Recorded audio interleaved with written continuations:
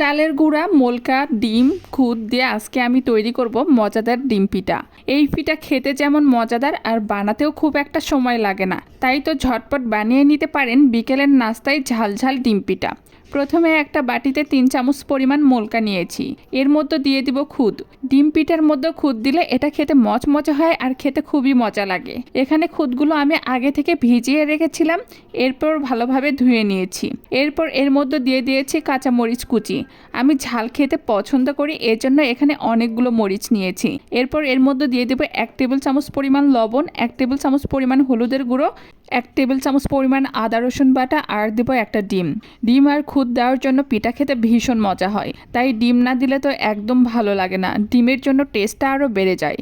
এরপর দিব পরিমাণ মতো পানি। সবগুলো উপকরণ দেওয়া হয়ে এসেছে, এখন সবগুলো উপকরণ খুব ভালোভাবে একটা হাতের সাহায্যে মিক্সড করে নিব। সবগুলো উপকরণ খুব ভালোভাবে মিক্সড করা হয়ে আসলে এ পর্যায়ে এর মধ্যে দিয়ে দিব সামান্য পরিমাণ চালের আটা।